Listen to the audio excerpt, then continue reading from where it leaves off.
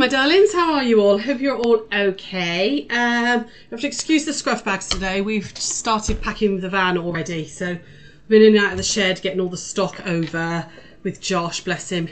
I'm very lucky with my boys. They're good kids. Give me a hand just getting all these bloody boxes and all over, and Sarah's now over there trying to sort them all out and stuff.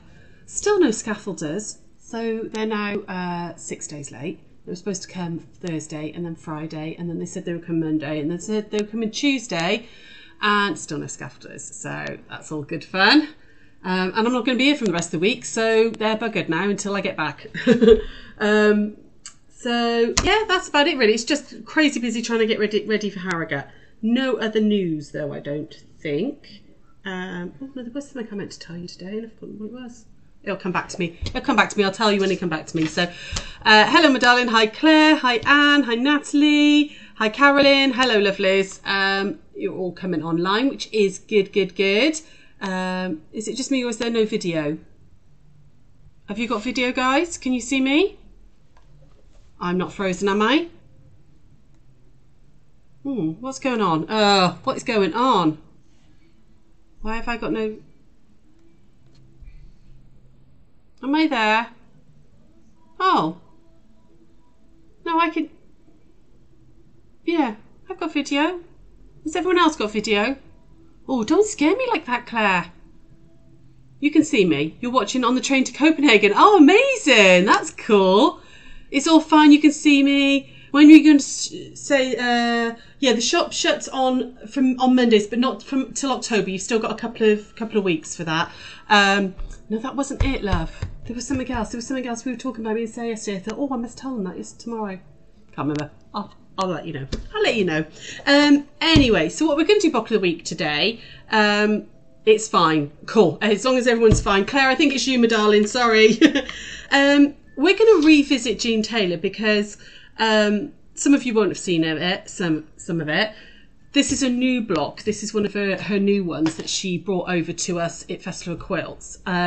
And I thought for those of you who are more experienced, I thought we could have a little look about how to make the blocks different, how to make the blocks work with secondary patterns and stuff, because that's basically what I've been doing with this one. So I thought I'd share it. So yeah, this is the brand new one. So let me come over to here. Hi Taryn, hello my darling. So let's come over to here. So this one is her brand new one. Hopefully you can see this, guys. This is the Mix and Match 12 block quilt. So it's designed that you've got 12 blocks in there. You've got 4 of 3 different types of block. You've got I'll do if I do this for you. You've got like a quarter log cabin one here. You've got a log cabin on point, and then you've got a square and a square and a square here as well. Okay. But what I was really intrigued by was this one here. I'm hoping you can actually see this, guys. You didn't mean to scare me. That's all right, lovely. It's fine. I was just a bit like, oh no, what's not working? So you can just do them really simply in all different colours like this, which obviously is just like a sampler quilt. But I really liked this one here that they'd done. Okay, and we actually saw this one at festival. She had it with her to show her how they'd played with the colour plate, the placement of their fabrics, the colours, in order to make these lovely secondary designs. So I thought we'd kind of go through how I would look at it and look at the instructions to try and make this happen. Okay, because you've got to be like really careful about where you put your fabrics to make this happen. Okay, so and we'll also just do a real basic June Tailor one as well. Hello Carol, hi Grace.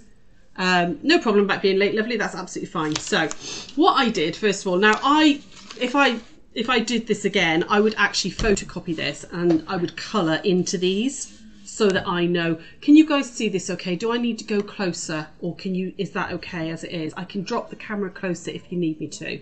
Okay. And I basically used this little picture here, okay, because I wanted to create these secondary patterns with my colours with this. Okay, so it's coloured pencil time. It's a bit colouring in, frankly. Let me grab a few out, different colours, so we can kind of colour this in and you can see what I mean. Here we go. Okay, so the first block, so these come, obviously it's pre-printed wadding.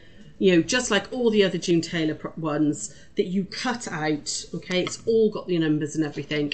And then you put your backing fabric on first. So you just use a spray based and put your backing fabric on, okay? You've then got to cut out all your pieces. Now I've already cut it all out for this one. But what I wanted to really talk to you guys about, and hopefully you'll find it interesting, is how to sort of think about the block and maybe play around with these placements. Okay, so first things first, I kind of thought, right, okay, so this first block here is the square and the square and the square. Now if you look at this one here, that's a square and a square, and that's the square and a square, and that one is there, and where's the other one? What's the other one? I've lost it. 1, 2, oh, there you go. 1, 2, 3, 4. They've put the square and the squares there. And they're all completely different. They've just done it like a sampler quilt. They've used all the same fabrics in the blocks, but they've just made the blocks, which is really, really pretty. That's fine. They've done the same here. You can see those are the square and squares there. They've just used, you know, fabric and made a really pretty quilt. But on this one, and am I making sense what I'm trying to say, guys? I hope I am. You can see that they've placed the fabrics so that when you sash them together, you've got these secondary patterns happening. So you've got little secondary bits here happening, you've got secondary bits there, and it almost looks like it's sort of doing that, isn't it? It's like spraying out, which I quite liked that idea. So looking at the first block, this square and a square. So I chose all my fabrics. I went with tonals because this was tonal, but I've gone with Liberties actually, but all tones of blue. And then looked at this one here, okay, which is, this is one here. This is the square and the square that I started with, okay. And then when I looked at them, I noticed that when they just turned them, so each one of them is the same. So you've got the dark corners either side here. Now if that was turned, so the dark corners were there, this bit is in the right place.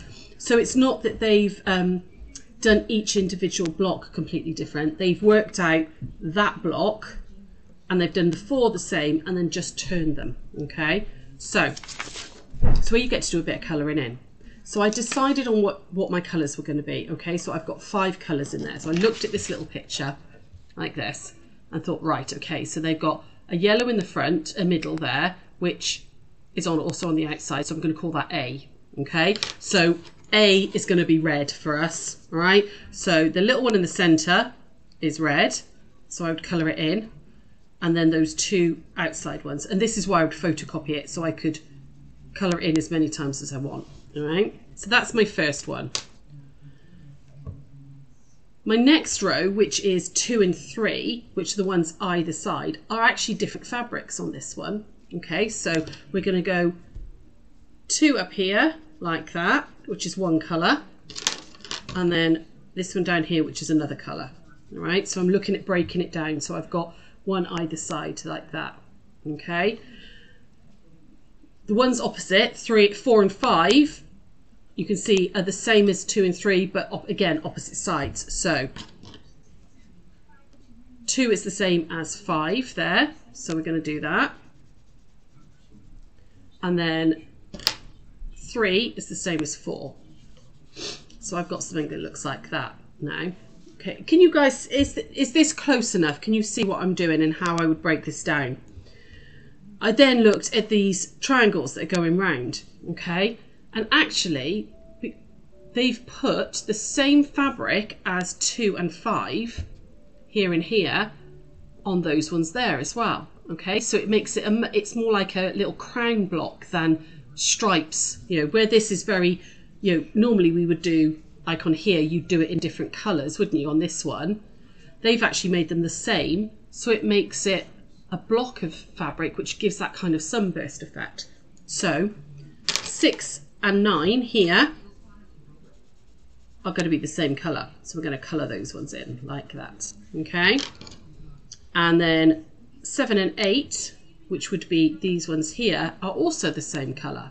Okay, so they're not they're the same colour as each other, but they're not the same. I'm really hoping you can see this, whether I'm close enough or not. They're not the same as the one in front of it. So I'm going to use a different colour for that. So I could do with a green or something, couldn't I? Just so it's really obvious. Hang on, I'm trying to find a green pencil. Never got green. Never got the right colour pencil when you want it. There we go. those are actually a different colour again. Well, that's not green, that's almost the same blue. There we go, green. Okay, so that's a different colour, 7 and 8. And then the very last ones are these last two here, which are a different colour again. I haven't got another flipping colour with me. Oh, there you go, I've got orange. So they'd be a different colour again. Like that. And then I can just double check that I've done that right, because if I look at this one and put the dark ones, which are my orange, like that, so they are in the same corners, that's right, my light ones are there. This crown piece, this sort of bigger piece is in towards the centre. The same with those ones as well. Okay, so that, because they don't give you, obviously they give you the massive amount of instructions with the June Tailor stuff, lots and lots of instructions, but what they're giving you is just a basic instructions on how to make this, just a sampler quilt. What I thought, you know, the whole purpose of a bit closer would be good, please. Okay, give me 2 seconds. Let me just try and move this camera down. Move this camera down. Let's get this moved right down so you can hopefully see. Right, okay, hopefully that's not too close now. Hopefully that's not too close now. So basically what I've done is looked at this little block here and used that to colour in, so I know which fabrics I'm going to be using for here. Okay, so I know that these are A, and that's going to be one colour. This is B, this is C, this is, according to the picture, is also C. Then you've got D here, because they're different to those ones. That's one fabric, that's another, it's a darker tone. So there, and then I've got E opposite, okay? So I did that with my first one. I basically did the same with the other one. So this is the corner block here, you know, the little log cabiny one here. So I did exactly the same with that. So again, it starts with a yellow, at the palest, like a yellow, which kind of makes this feel like it's carrying on. And you can see, like, you're putting your two yellows together, make that sort of diamond shape.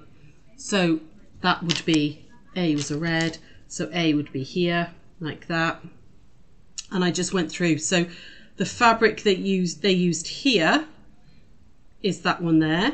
Okay, so that was C. So C was in a blue. And it's both of them, like that. Okay, and I worked my way again. So literally any colours that were the same on the picture are translated over to this. I'm hoping that helps, okay? Just so that you can, it's not always just about, that's the joy of the June Tailor stuff. It's not just about making a sampler quilt like that. It's about how can you play with your colours and make different things happen. And I think a lot of that is, don't try and do it in fabric, choose the fabrics you want, do it in, you know, make some photocopies of this, or make some photocopies of that there, because you could colour those in nicely. Cut them up, colour them in, and then play around with them, and what secondary patterns could you make.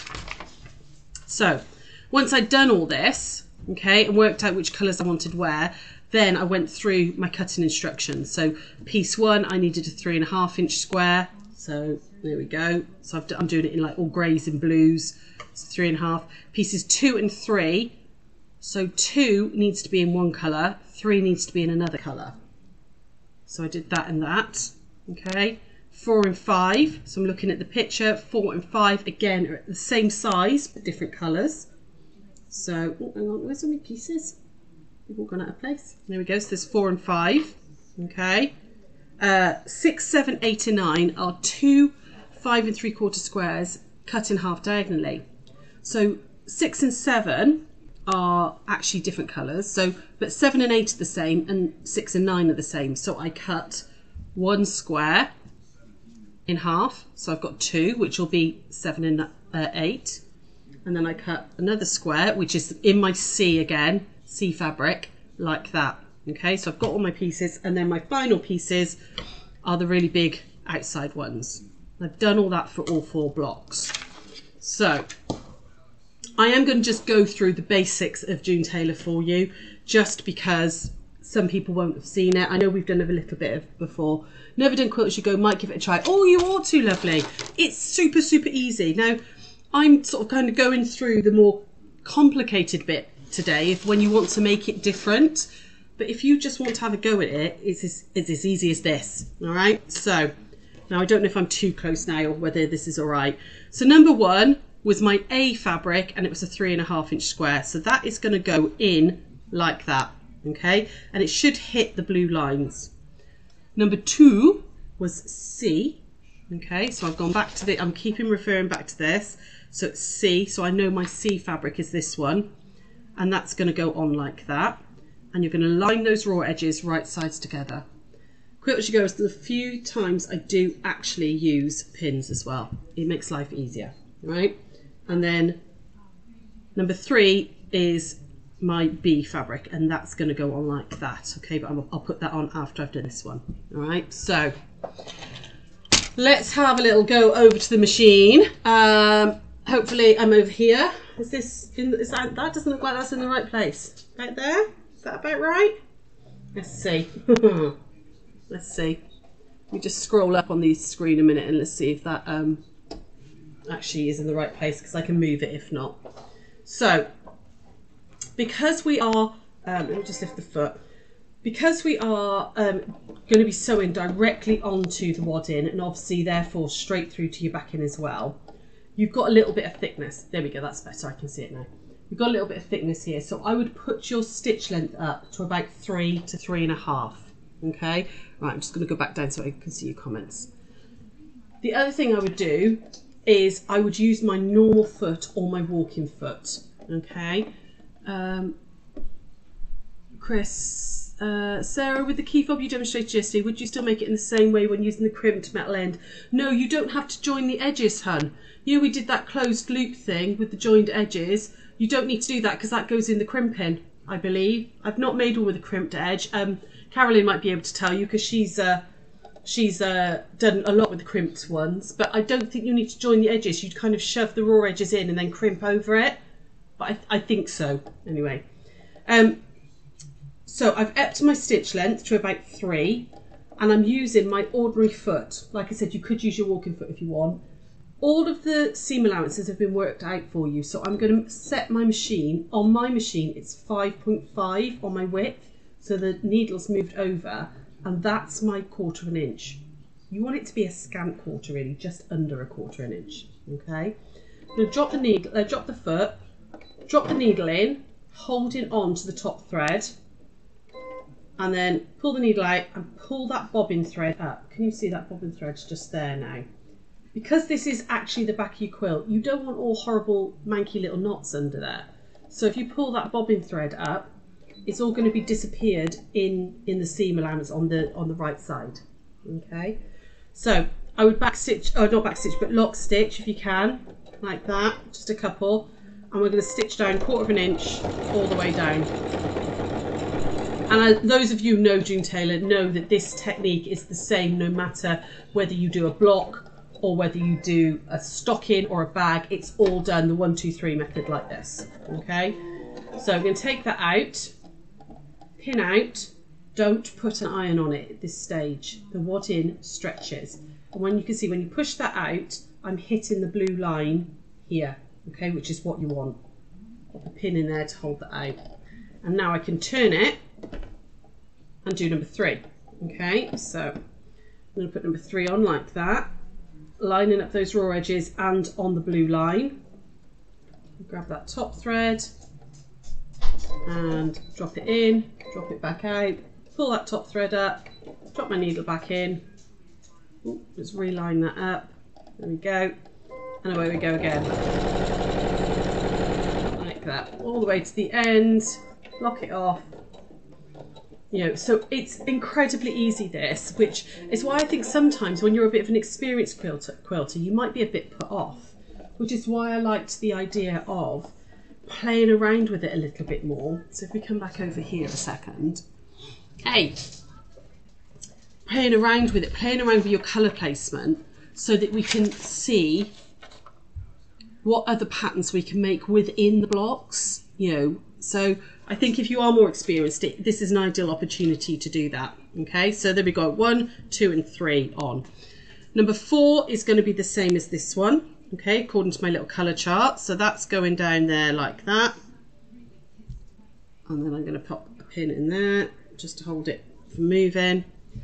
And actually, because this is more than a 1/4 inch away, I can put this one down, which is number 5, like that.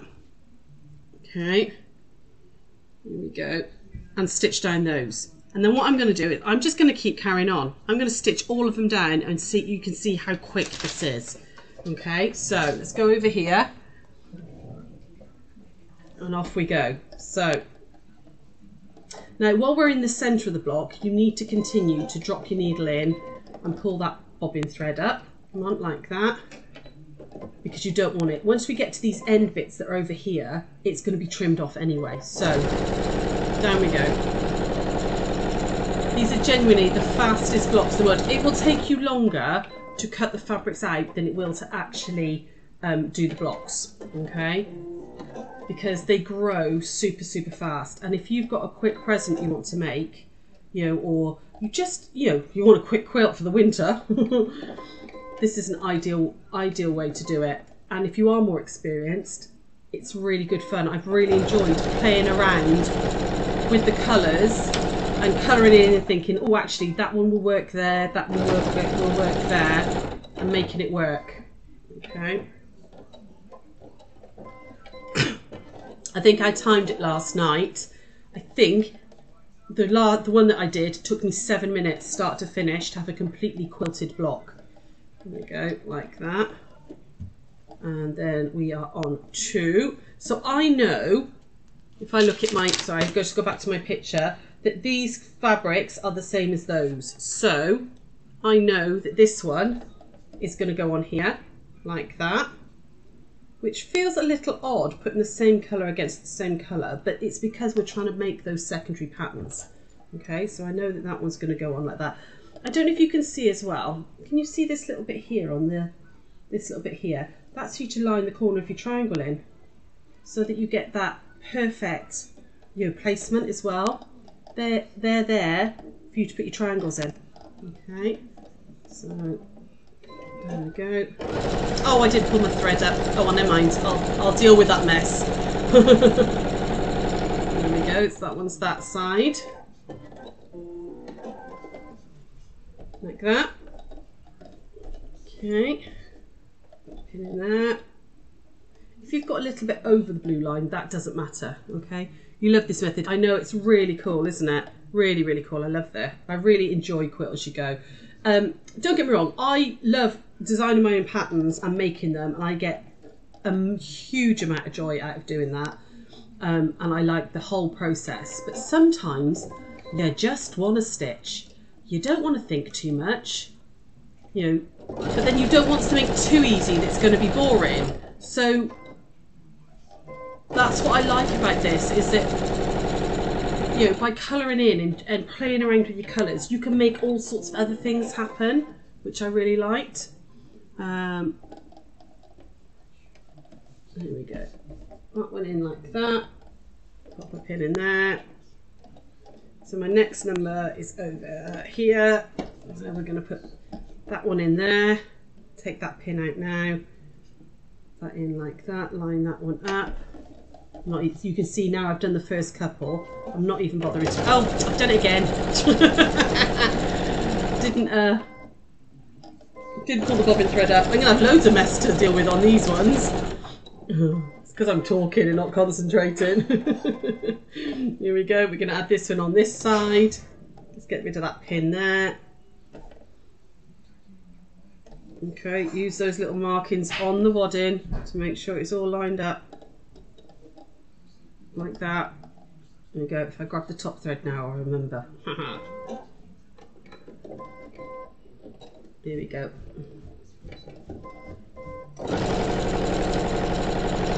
There we go, that one. There we go. Nearly there, because what I want to do is show you how to square these up, okay? That one goes on like that, that one goes on like that. And again, you can see I haven't ironed anything at the moment because I don't want to put an iron on here. So you give it a good finger press, or if you've got a magic seam wand, run that down, okay, to crisp those edges up.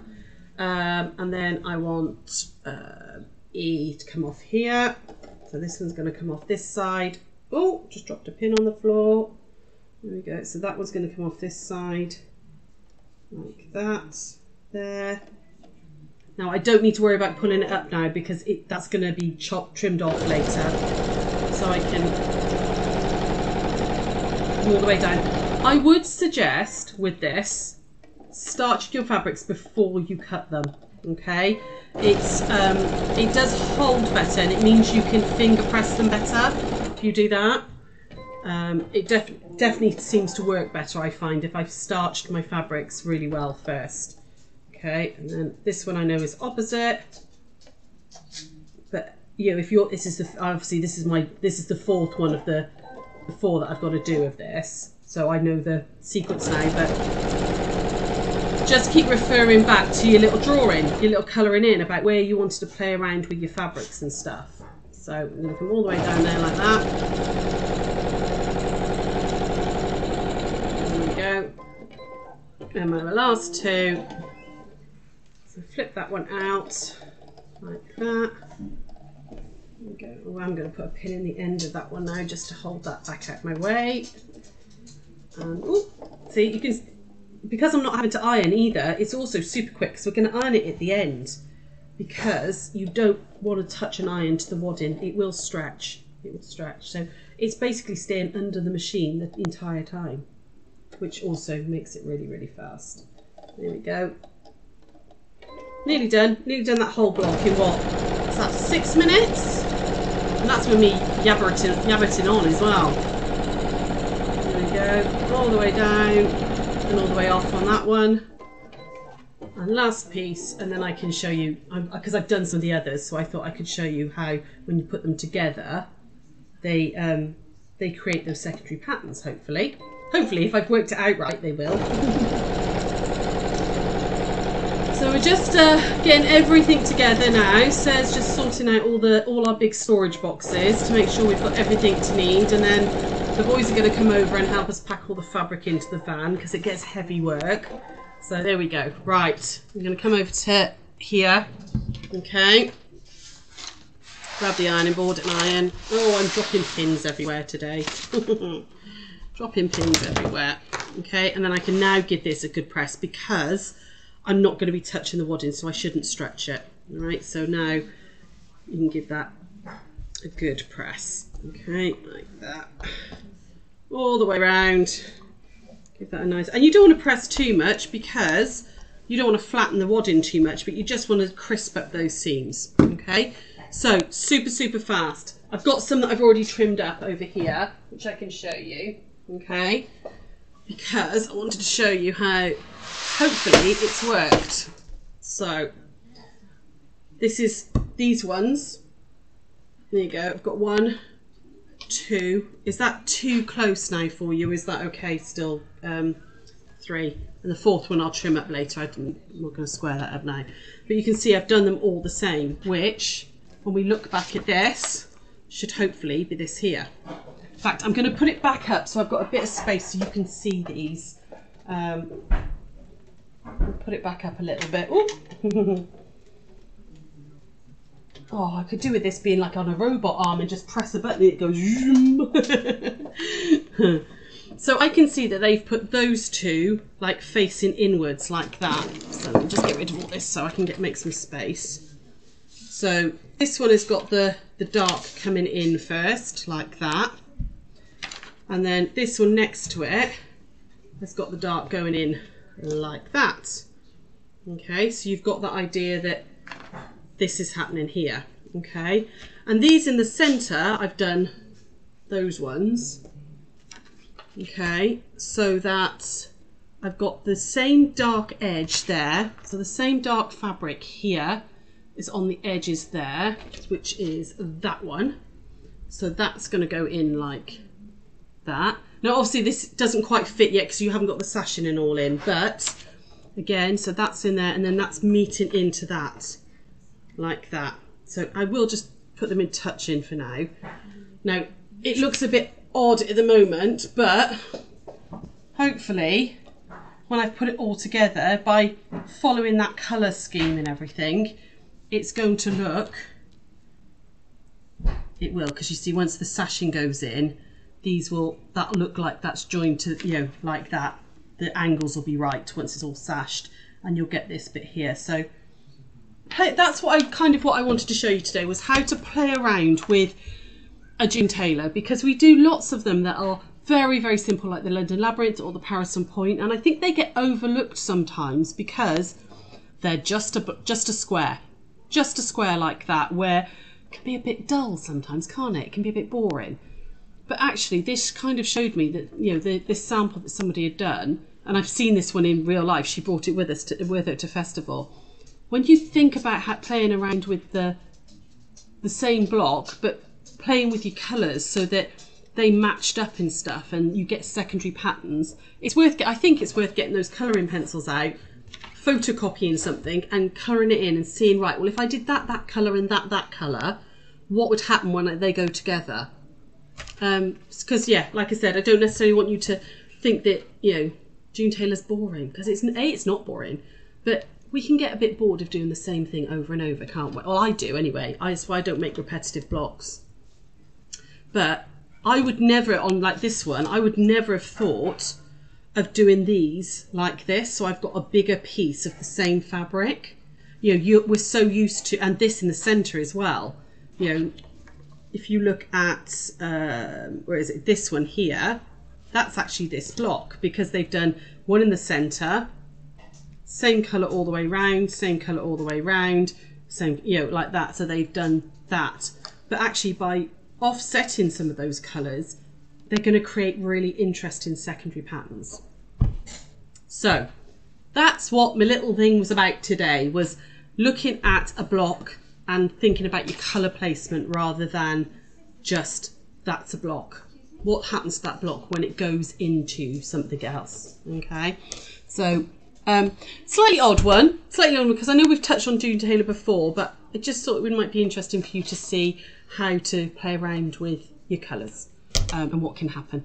Don't worry, Carol, that's all right, my darling. You do like this block. We'll watch it later. Yeah, so this is the new June Tailor QAYG, the mix and match. It's the 12 block quilt. So you've got your 12 blocks on your pre-printed wadding. And we've just been talking, like I said, about how to play with your colours to create different effects. You live right, okay. Oh, bless you, Heather. Don't worry about being late. That's fine. You can always catch up in any way. Hi, Patricia. Hello. Hi, Eileen. Oh, I know one of the things I was going to say to you is, anybody who watches Casualty, is our episode been on yet? Because I've gone back through iPlayer and I can't find it, so I don't know whether it's going to be later on in September. If anybody watches Casualty regularly, I don't, I'm afraid. It's not something I've ever really watched. If anybody watches it regularly, let us know. Let us know, even if you text the shop page or something. If it suddenly comes on and you're like, oh my God, it's the shop episode, let us know. At least I can find it on iPlayer then. So you've just joined after yoga. Oh, nice. Nice. That's all stretched out now. So you think it's on after Christmas? Oh. Oh, right. You've not been told by Morak, Eileen. If you see it, you let me know. Thank you, my darlings. Yeah, we were told mid to end of September for our episode, but it might have been delayed, I suppose, depending on what other episodes and all they've got going on and things. They don't. Yeah, once they've filmed, they're off and they don't tell you anything after that. But yeah, let us know if we're about to miss it. Text me. Let me know and say, oi, get to a TV. Although everything's on iPlayer, isn't it? I can rewatch it on that. But cool. Sarah will be back tomorrow. She is doing the blast off cushion. She's going to show you the sort of tricky bit in that, so that you guys who had the subscription boxes. But the pattern will be available on the website from tomorrow as well. So if anybody else fancies having a go at it, you'll be able to get the pattern for it, even if you didn't have the subscription. I will probably go live tomorrow quite latish, maybe like 4:30 to show you a quilt. I want to be able to show you without all the crowds, so that you can see it in its full and everything. So once Phil and I've set up the stand, I will then go live later on in the afternoon, so to show you our quilt. So yeah, you haven't seen you and Cash. You just wondered if I missed it. Yeah, we were definitely told mid-September, so we were like, oh, maybe it's coming up about now. So if anybody sees it, let us know. But I'll see you tomorrow just briefly to show you the quilt. But Sarah's got her usual 1 o'clock, so we'll see you then. Okay, take care, guys. Might see some of you in Harrogate. Please do come and say hello if you are about. And oh, Natty, you'll see us on Saturday. Lovely. I'll see you then, darlings. Take care. Bye.